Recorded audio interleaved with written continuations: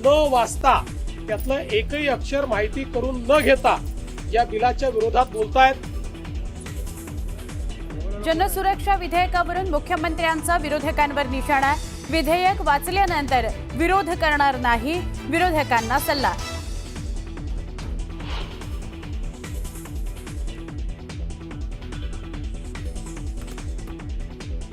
मनसेचं आजपासून इगतपुरीमध्ये 3 दिवसाचं राज्यस्तरीय शिबिर।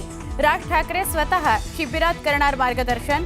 शिवसेना उबाठासोबतच्या युतीबाबत काय निर्णय होतो याकडे सगळ्यांचं लक्ष। विरारमध्ये रिक्षा चालकाच्या मारहाणीवर भाजप खासदार निशिकांत दुबेंची ठाकरे बंधूंवर घणाघाती टीका। जशास तसं उत्तर दिल्याशिवाय ठाकरे बंधू गप्पा बसणार नसल्याचा दिला इशारा।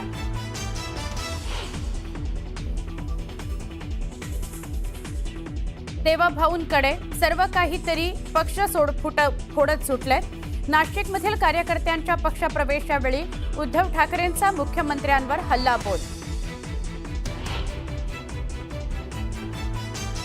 शिवधर्म फाउंडेशनचे कार्यकर्ते यांच्याकडून संभाजी ब्रिगेडच्या प्रवीण गायकवाडांवर शाईफेक। आपल्या हत्येचा प्रयत्न गायकवाडांचा आरोप, तर दीपक काटेसह 7 जणांवर गुन्हा दाखल।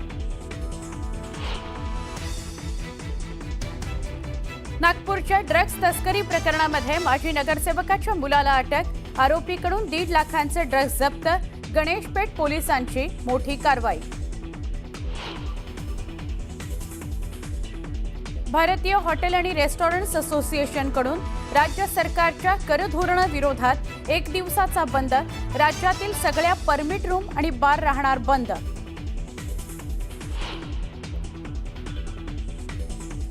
उत्तर भारताला मुसळधार पावसानं झोडपलं। राजस्थानातल्या अजमेर स्टेशनवर भरलं पाणी। वाराणसीत गंगा नदीनं ओलांडली धोक्याची पातळी।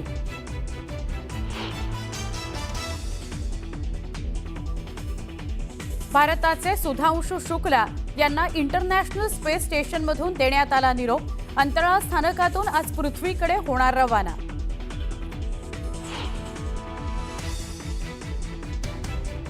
आणि लॉर्ड्सच्या कसोटीत रंगतदार स्थितीत भारताला विजयाकरता 135 धावांची गरज।